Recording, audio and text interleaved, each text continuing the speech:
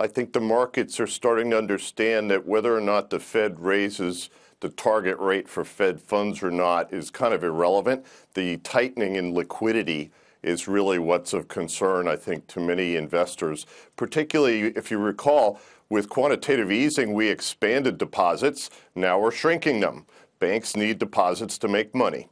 That's how they grow. And if deposits are shrinking, at least the domestic side, then overall you have to be concerned. The other thing is funding costs are going up much faster than asset returns, and this is going to catch up with the banks probably first quarter next year. We're going to see net interest margin growth zero out, and then it may start to go down. So, you know, the banks as a group are great. They have plenty of capital. If anything, they're under-levered.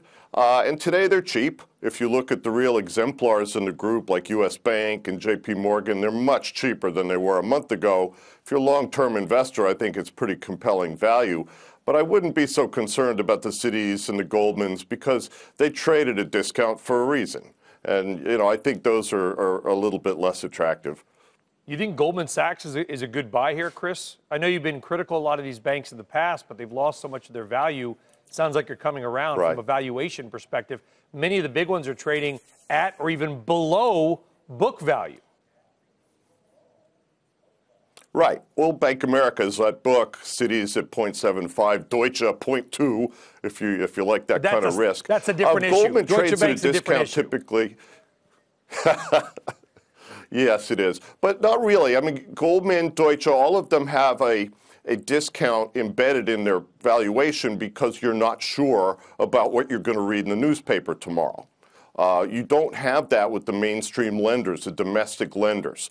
And so that's why a U.S. Bancorp at the high of this year was 2.5 times book.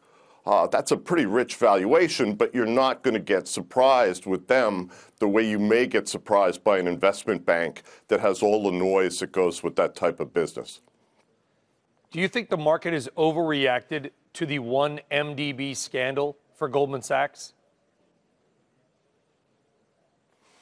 In a certain sense, yes, but I'm a little concerned because I think that both Dave Solomon, the former head of investment banking, who's now the CEO, and also Lloyd Blankfein, both of them may have to exit as part of the settlement process, the reparations, if you will, with the government of Malaysia.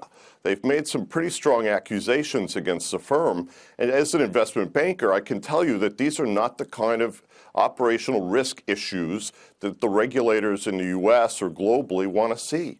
When they see this kind of breakdown in internal systems and controls, it causes a lot of concern. And that's what I think Goldman's going to have to work very hard to try and repair. Until then, I would wait because I think you're going to see more negative news coming from this situation, unfortunately.